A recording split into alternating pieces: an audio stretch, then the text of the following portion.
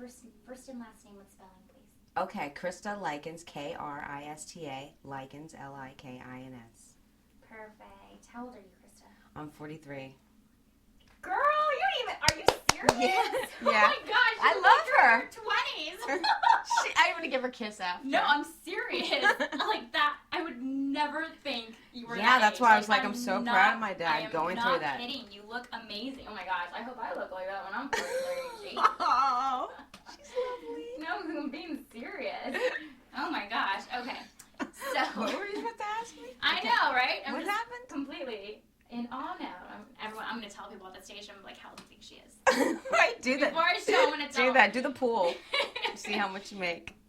So your father is just, I mean, the book, his story about everyone, all the kids, including yourself. I mean, Krista, how has this whole process, growing up with your brothers and sisters, your parents, how has this changed your life throughout the years? Well, from the beginning, I never even knew that I was really a different color or different from anybody else in our family. So when I would go out, I would just think I'm just the same as anybody else, and my dad would say, when you meet people, just be a really good person. That's what really life is all about. So I never even knew that I was supposed to fight over my color or just coming from a family that's not like anybody else. I thought our family was like a zoo, which was really interesting to me. So I just felt like you just grin and bear it. If people have problems with you, you just don't really bother with why they have problems. You just kind of get over it, or else you just know that they'll soon get over it. Like a lot of people that were my friends weren't my friends before. They didn't like me because I was different, and then I was just charmed them through just letting them know whoever I am is who I'm going to be, and you either like me or you don't. But I would never be crushed over stuff like that. I guess my dad got me strong to think that it doesn't matter who you are, it matters what you do in your life and how you behave with people. It's more important to be a person and not really care what people are more interested in.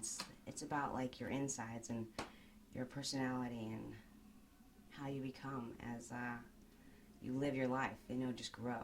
It's not really about... And so my dad basically is the guy who rooted me into thinking that life is about life. It's not really about looking and trying to be something that you're not. It's about being who you are. And that's why they got us. That's why they got all of us. We all are different, but they love us all for all different reasons. And as you see, my mom collects things. So she's collected animals. She's collected people. She's collected, whatever, things through life. And she falls in love with all of them. And, their parents had a hard time with them collecting kids. But, they didn't have a problem with it, so they did it anyway. And I think it's just great. I mean, because, it makes me love people more for their differences. And that's why I like my dad. I love my dad, really. What do you think about being adopted? I don't know. I never... Because there's a lot of kids people out used there to that say need stuff. to. Yeah, they're going to think that when they watch this. Right. They think, it must have been hard for her. It must be hard, going into a different family with all these different kids. I mean, for kids out there, too, who are yearning to be adopted, I mean, kind of, what can you tell them from your perspective, from your experience? Well, I think I was the luckiest kid in the world. For me, I never wanted to know anything else. I loved my parents, and I didn't think I should belong in another family. I thought this was the family I must have been destined for. It was fate. So when they dropped me off at a foster home, I was really lucky that my mom saw me on television like a little puppy. She goes, that's the one I want. But, I loved my family, and I didn't know any different. And, I never kept thinking, but what are the other ones like? What are the other ones like? I was just glad that they did the right thing, And my parents do better than some parents out there that really have their own kids. They're always watching out for me, and they're always making sure that I get whatever I need in my life. And they're always making sure that they try to catch me if I fall, which, sometimes I need to fall. But they're always there. They never give up. And those are the kind of parents you want in your life. Somebody that is going to love you entirely for you, even though you make mistakes. And so we've all made mistakes in our family. So my dad has always been there, and he's... I don't know. He always wants to know exactly what it is that's going in your mind. And, he wants to feel and my dad tries to feel too much because I'm I think it breaks him sometimes, He really wants to know, is everything okay? And I'm yes, it's all right, My life's very good now. So. You're lucky, yeah? Yeah. They're lucky, too. Yeah. That's what I think. I mean, I'm here for them now that they're older, and I know I was probably crappy before because I never thought about it. But they deserve that to see their family when they get older and experience them. Well, you lived in a unique family. Everybody, With everybody, I mean, it was a melting pot. What was that like for you growing up with brothers and sisters who didn't all look like you? They didn't. Right? Johnny was like Everyone a little was bit like me, but then we had two Indian sisters. They didn't look like me, and then Laura and Paul, and they were the Caucasians. They didn't look like me, but we stuck together like glue. And so for that, it was just those are my brothers and sisters. So I never thought any differently. Like since they're lighter, they're not going to like me that much. It just kind of happened, and they just loved us immediately. So I loved them immediately because that's all I knew. Then I was like adopted at 3 months. So like basically that's what I saw, and I didn't think anything different. That's my mom, that's my dad, that's my brother and sister. I didn't ask, well, why are they different? I just thought that that's who's my family. And I never really questioned why I'm supposed to care what it is that is not good enough for other people to like. I thought that's good enough for me, and that's my life. And so I was strong with that, and I'm still strong with that. It's a success story too. I like it. It's great. You have a really good that's story. good. And it gives High hope. five to my dad. It gives hope to other kids. Yes, there's lots of people that don't, and maybe it's not a good idea, but you know what? Like, if a kid needs a home, you really like that kid, you should adopt that kid. If that's what, says in your heart. Maybe it might not be good with the friends that you have, but like, if that's the kind of people that you want in your life, then that's the people. It's the same as dating, whatever, whoever you like. I mean, people are people, whoever they are, right?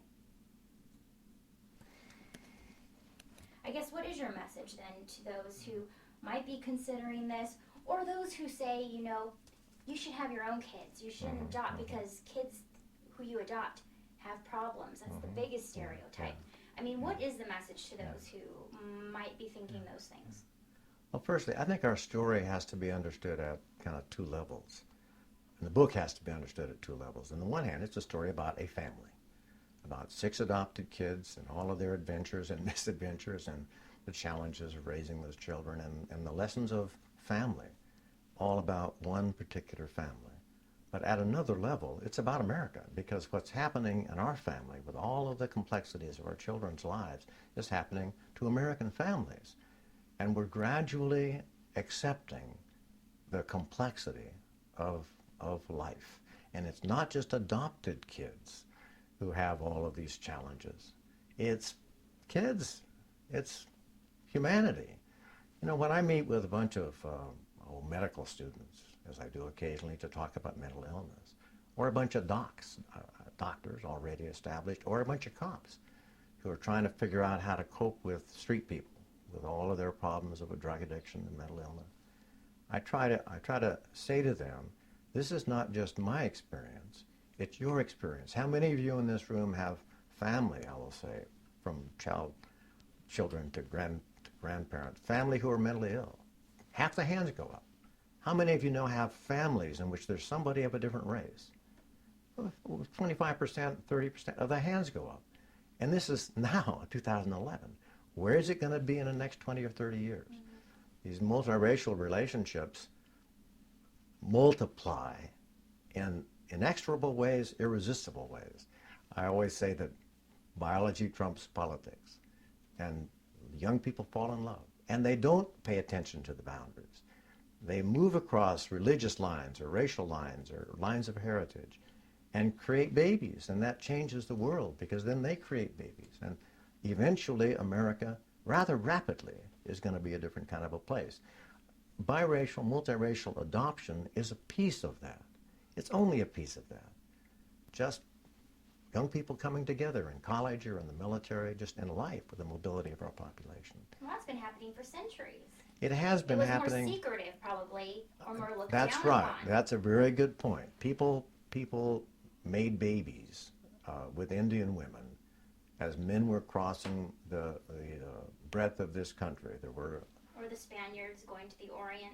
I mean, absolutely. That's why the last names. That's what happened. Mm-hmm. And very few black Americans are totally lacking in European heritage stock, if you can say it that way. Very few of us are totally absent of American Indian stock, if you can say it that way. People who moved across the West But as you say, it was a kind of a hidden thing, not an acknowledged thing. When I grew up, I had a girlfriend, a girl that I danced with all the time, who was a Mexican American girl, and she said she was Spanish. She didn't want to say she was Mexican American, you know. Well, gee, that's kind of sad, really. Mm-hmm. And kids, because it's something totally different. it's like, it's all, you know, people act as though in the 50s there were no gay people. But that's, of Very course, true. bizarre, you know. There were gay people. They were just hiding. And it's so sad when they have to hide like that. That's changing, not changing fast enough. The adoption piece of it is a kind of an explicit recognition that your children, well, as a poet named Khalil Gibran says in The Prophet, your children are not your children. They're the sons and daughters of life's longing for itself. And he's speaking to people who make their own children. When you adopt a child, you understand that in a deeper way. You understand you have to embrace that child. You have to love that child for whomever that child is, whoever that child becomes. And the child also has to learn, too, to accept the parent that is not a biological creator of that child. And there are differences. Adoptive families do have additional complexities, but all families have complexities. And many, many parents are unable to handle the dimensions of their children, whether it's sexual orientation or drugs or falling in love with the wrong person. Many parents are unable to handle the behavior of their children, especially in these days when children are more independent than they used to be. Parents need to learn to embrace their children for who they are. And when you adopt children, you know that in advance. You're conscious of the fact that these are not my biological offspring with my genetic characteristics. In some ways, you have an advantage because when people make their own children, they're also unpredictable and different in many, many ways from each other and from the parents. Do you think you've made a difference in all your 6 children's lives with the choice that you made to adopt them? Well, sure. I mean, my children. Do you think it's been a success for you in your life? Absolutely a successful dimension of my life. And to say it as carefully as I can, they've made me a better person, too. Because I've learned to accept dimensions of my children and dimensions of the larger society through a painful learning experience. You have a gay son and you got to figure out what that means. And it helps me as a university president to deal with that dimension of humanity in my university population, or to deal with black kids in my university population, and to understand why they feel as they feel, why they feel in some sense uneasy when they're entirely surrounded by people who look different and who may be hostile to them. Did you ever reconsider your decision, maybe thinking you're young, you're like, I don't know if this is the right choice? Did you ever have any regrets while you were adopting? No, that's a wonderful question. My wife and I say to ourselves many, many times, no regrets. Every decision we made, we would make over again. Our son John died at 33, schizophrenic drug addict. Sounds like a tragedy. He was the joy of my life. I was a wrestler as a kid. He was a Pennsylvania State wrestling champion. You know, he was wonderful and fun, and no regrets. Never any regrets. Now, part of that is because my wife and I don't look backwards and say, oh my God, what did we do? We look forward and say, oh my God, what can we do? You guys overlook the flaws, it seems. And you look at more of the positive. Yeah. About people. You know, the word flaws is problematic. People have many, many complex dimensions. We're not perfect. We're not perfect, but you know, I don't even like to define perfect, because a better way to say it is we're different. You know, we're not all the same. And if you can't accept that, you can't be a good teacher, you can't be a good mother, you can't be a good person. People are not the same. And you have to love them for who they are. Anything else you want to add? Just thank you. I'm pleased that you're here.